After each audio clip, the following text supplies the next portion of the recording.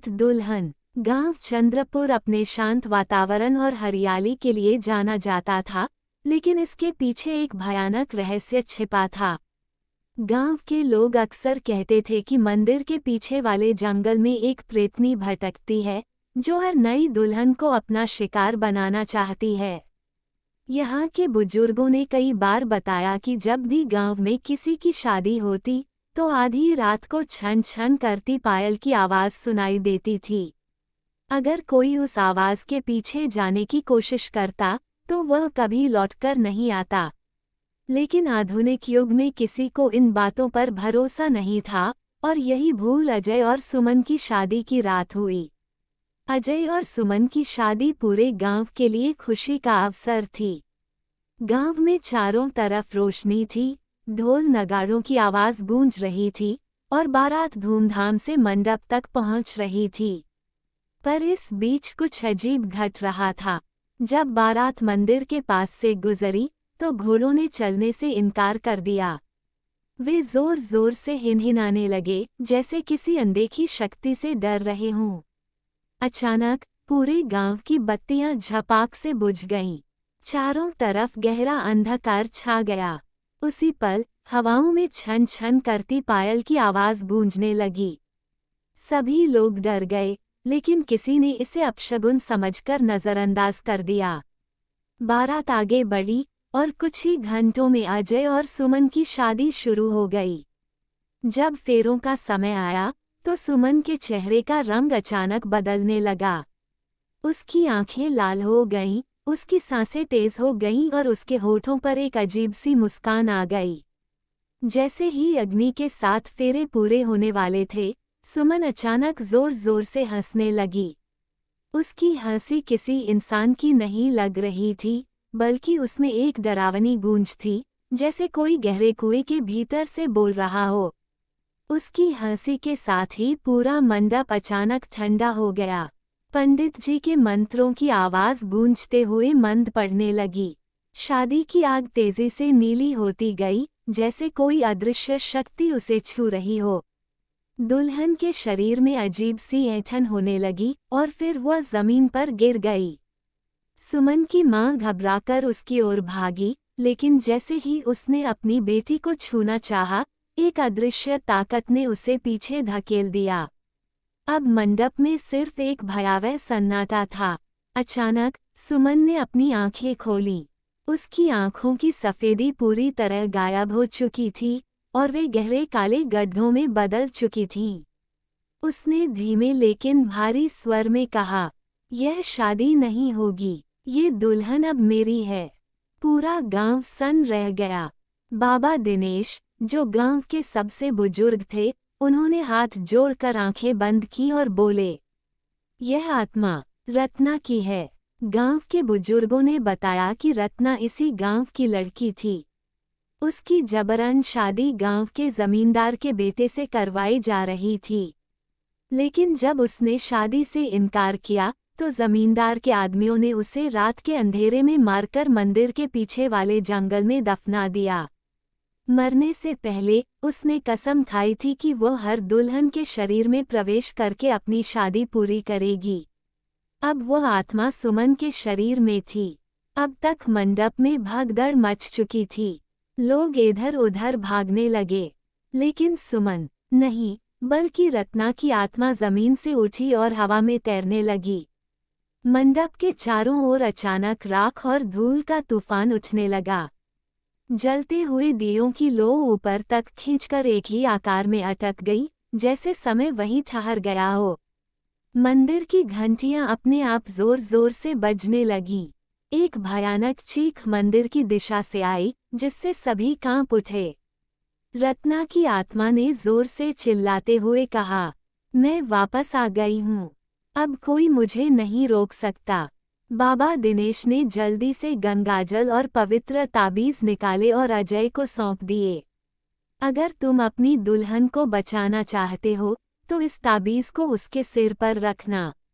अजय हिम्मत जुटाकर आगे बढ़ा, लेकिन जैसे ही उसने सुमन के करीब जाने की कोशिश की, एक अदृश्य शक्ति ने उसे जमीन पर गिरा दिया। सुमन के मुंह से अचानक काला धुआं निकलने लगा। उसकी हड्डियां अपने आप चटकने लगीं। उसकी उंगलियां लंबी और नुकीली हो गईं। हवा में खून की बूंदें बिखरने लगीं। पर अजय ने हिम्मत नहीं हारी। उसने पूरे जोर से ताबीज सुमन के सिर पर रख दिया और जोर से मंत्र पढ़ने लगा। ओम नमः शिवाय, ओम नमः शिवाय। रत्ना की आत्मा जोर से चीखने लगी। नहीं, ये शरीर मेरा है, मैं इसे छोड़ूंगी नहीं। बाबा दिनेश ने गंगाजल छिड़क दिया और तभी एक भयंकर चीख गूंजी। रत्ना की आत्मा सुमन के शरीर से बाहर निकली और चारों ओर धुआं धुआं हो गया। लेकिन आत्मा पूरी तरह मरी नहीं थी। सुमन बेहोश होकर जमीन पर गिर गई। धीरे धीरे उसकी सांसें सामान्य हो गईं। गांव में सबने राहत की सांस ली। पर जब बाबा दिनेश मंदिर के पीछे के जंगल में गए तो उन्होंने देखा मिट्टी में किसी के पैरों के निशान थे। और तभी मंदिर की घंटी अपने आप बज उठी। कहीं कोई अब भी उस प्रेतनी की पायल की आवाज सुन सकता था। छन छन छन। ब्लैक आइसक्रीम, मौत का स्वाद। रवि को नई चीजें ट्राई करने का जुनून था। जब उसने सुना कि शहर के पुराने बाजार में एक रहस्यमयी ब्लैक आइसक्रीम वाली दुकान खुली है तो वो उसे चखने के लिए बेकरार हो गया। उसका दोस्त अमन बोला, यार मत जाना वहाँ। कहते हैं जो लोग वो आइसक्रीम खाते हैं वो कभी पहले जैसे नहीं रहते। रवि हंसा, तू भी ना, बस अफवाहें फैला रहा है। रात के 11 बजे रवि दुकान के बाहर पहुंचा। दुकान अजीब थी, चारों ओर धुंधली रोशनी, काले पर्दे और अंदर से आती हल्की हल्की फुसफुसाने की आवाजें। जैसे ही रवि ने दरवाजा खोला, ठंडी हवा का झोंका उसके चेहरे से टकराया। दुकान के अंदर बूढ़ा आदमी काउंटर पर बैठा था। उसकी झुर्रियों भरी त्वचा इतनी पीली थी कि ऐसा लग रहा था जैसे उसने बरसों से धूप नहीं देखी। उसकी आंखें अजीब थीं, पूरी तरह काली। बिना पलक झपकाए उसने रवि को घूरते हुए पूछा, ब्लैक आइसक्रीम चाहिए? रवि को उसकी आवाज असामान्य लगी, जैसे एक ही समय पर कई लोग बोल रहे हों। लेकिन उसने हंसते हुए सिर हिलाया। बूढ़े ने एक काले रंग की आइसक्रीम उसके सामने रख दी। आइसक्रीम से हल्की हल्की भाप उठ रही थी और उसमें से जलती हुई चीनी जैसी अजीब गंध आ रही थी। रवि ने पहला निवाला लिया। जैसे ही रवि ने आइसक्रीम को मुंह में रखा, एक अजीब सा स्वाद उसके गले से नीचे उतरा।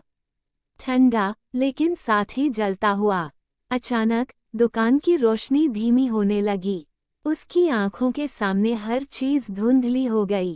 काउंटर के पीछे शीशे में उसे अपनी परछाई दिखी। लेकिन कुछ अजीब था, परछाई उसकी तरह नहीं हिल रही थी। वो अपनी जगह से हिली भी नहीं, पर परछाई मुस्कुरा रही थी। रवि के शरीर में ठंड की लहर दौड़ गई। फिर अचानक दुकान में अंधेरा छा गया। जब रवि को होश आया तो वह अपने कमरे में था। मैं यहाँ कैसे आया? उसने मोबाइल उठाया तो देखा 2 दिन बीत चुके थे, लेकिन उसे कुछ भी याद नहीं था। सबसे अजीब बात, आईने में उसकी आंखें पूरी तरह काली हो चुकी थीं। रवि ने घबराकर अपनी आंखों को मलने की कोशिश की, लेकिन वे वैसी की वैसी ही रहीं। तभी कमरे की लाइट झपकने लगी। दरवाजे के पीछे कोई चल रहा था। छन छन छन। अमन। रवि ने घबराकर आवाज लगाई, लेकिन कोई जवाब नहीं आया। तभी आईने में उसने देखा, बिस्तर के नीचे से एक काली, पतली, हड्डियों जैसी उंगलियां धीरे धीरे बाहर आ रही थीं। रवि का दिल जोर से धड़कने लगा। वह पलटा, लेकिन वहां कुछ नहीं था। फिर अचानक बिस्तर के नीचे से एक सड़ी गली, सफेद आंखों वाली डरावनी शक्ल बाहर निकली और भयानक आवाज में फुसफुसाए, तुमने उसे खा लिया, अब वो तुम्हें खा लेगा। रवि जोर से चिल्लाया और कमरे से बाहर भागा। उसने अमन को फोन किया, भाई कुछ गड़बड़ है, मेरी मदद कर। अमन उसे तुरंत मंदिर ले गया। पुजारी ने जैसे ही रवि को देखा, उनकी आंखें चौड़ी हो गईं। तूने वो शापित आइसक्रीम खाई है? रवि ने कांपते हुए सिर हिलाया। पुजारी बोले, जो भी उसे खाता है उसकी आत्मा बदल जाती है। तू अब असली रवि नहीं है। मतलब? अमन ने पूछा। पुजारी ने समझाया, वो दुकान हर 100 साल में एक बार खुलती है।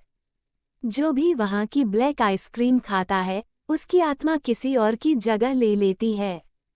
और असली आत्मा, उसे हमेशा के लिए अंधेरे में कैद कर दिया जाता है।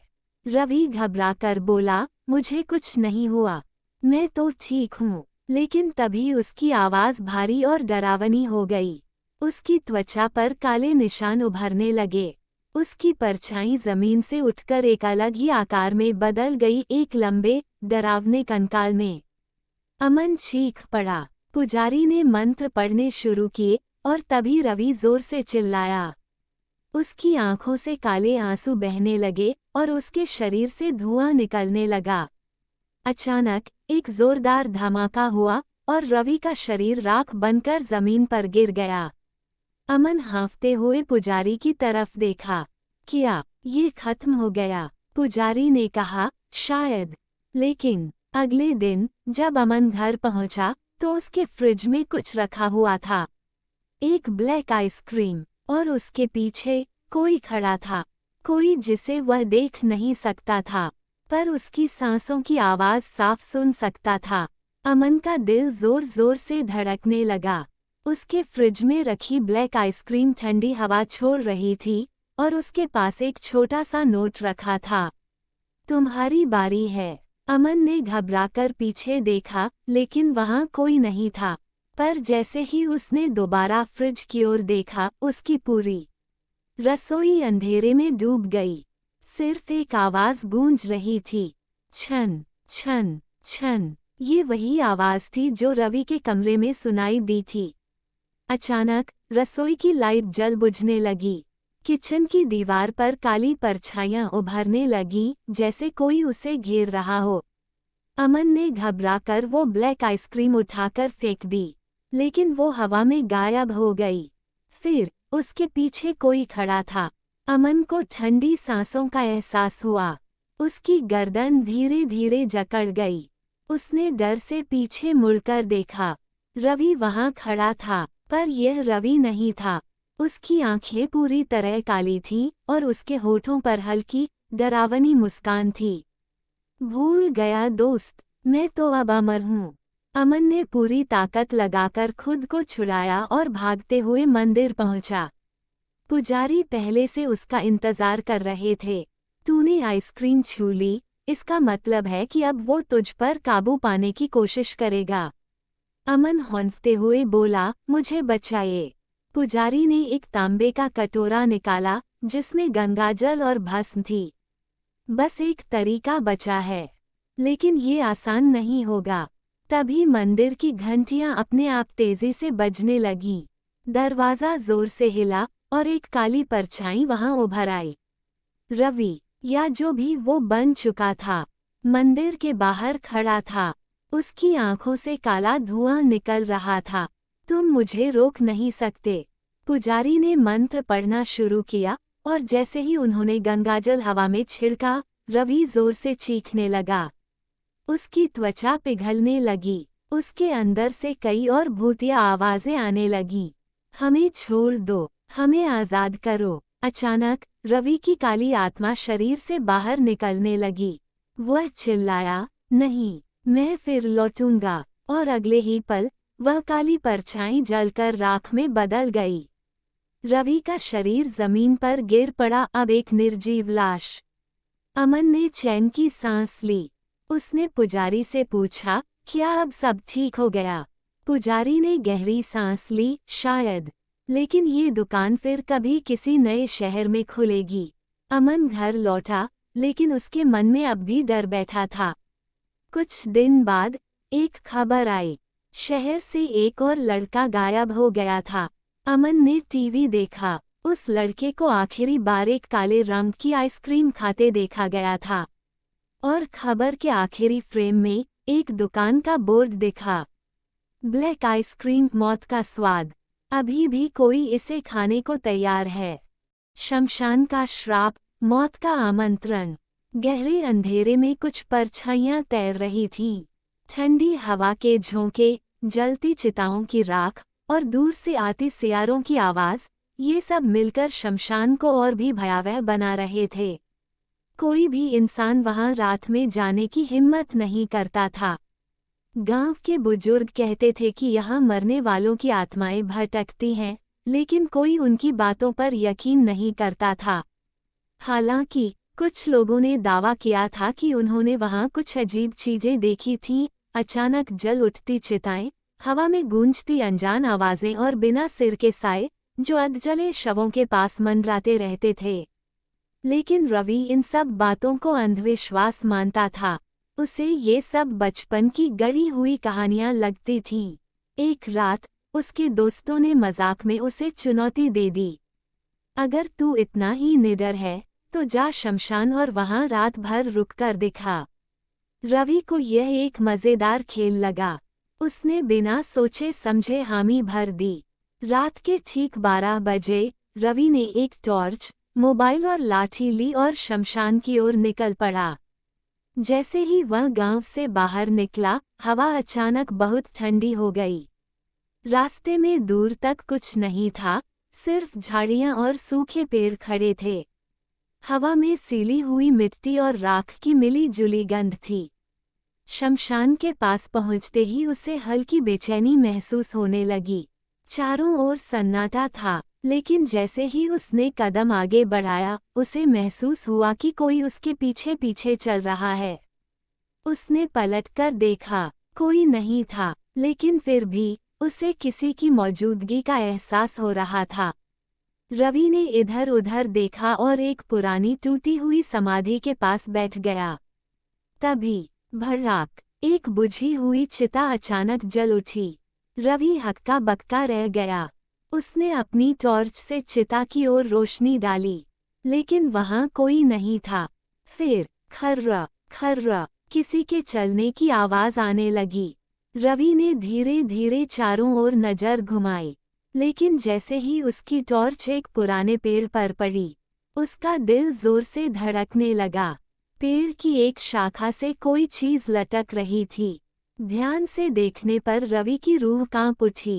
एक अधजला शव रस्सी से झूल रहा था। उसकी आंखें सफेद थीं और वह धीरे धीरे हिल रहा था, जैसे अभी भी जिंदा हो। तभी, रवि, तू यहाँ क्यों आया? उसकी आवाज सूखी मगर साफ थी। रवि का शरीर सुन्न हो गया। उसके पैरों ने जैसे काम करना बंद कर दिया हो। फिर शव ने अपनी गर्दन घुमाई और पूरी तरह रवि की ओर देखना शुरू कर दिया। रवि उल्टे कदमों से भागा, लेकिन अचानक उसके पैरों के नीचे की जमीन हिलने लगी। शमशान की एक पुरानी समाधि दरवाजे की तरह खुलने लगी और उसके अंदर से एक गहरी सुरंग नजर आई। उस सुरंग के अंदर अंधेरा था, लेकिन अंदर से किसी के कराहने की आवाजें आ रही थीं। बचाओ, बचाओ! रवि को लगा कि कोई अंदर बंद है।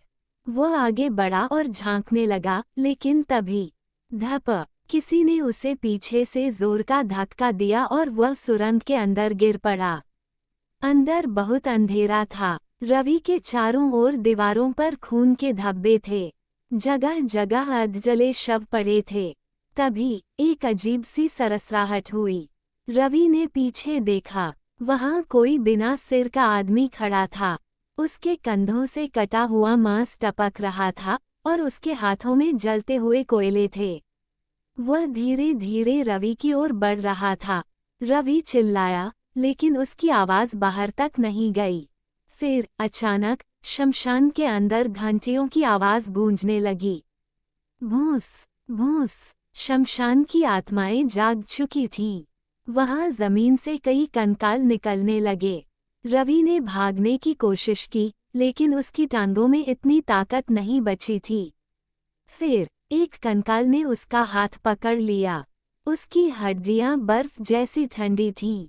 रवि चीख पड़ा। अचानक एक सफेद कपड़े में लिपटी परछाई प्रकट हुई। तुमने हमारे शमशान की शांति भंग की है, अब तुम्हें इसका दंड मिलेगा। रवि कांपते हुए बोला, नहीं, मुझे जाने दो। लेकिन उस आत्मा ने अपने हाथ हवा में उठाए और रवि के चारों ओर आग की लपटें उठने लगीं। उसके शरीर पर जलन महसूस होने लगी। वह चीखने लगा। अचानक उसे लगा कि किसी ने उसे जोर से झकझोरा। उसकी आंखें खुलीं। वह गांव के मंदिर के सामने पड़ा था। गांव वाले उसे घेर कर खड़े थे। किसी ने कहा, रवि, तुम 3 दिन से गायब थे। रवि हैरान रह गया। उसके हाथों पर जले हुए निशान थे और उसके कानों में अब भी वह आवाज गूंज रही थी, तुम फिर आओगे, हम तुम्हारा इंतजार करेंगे।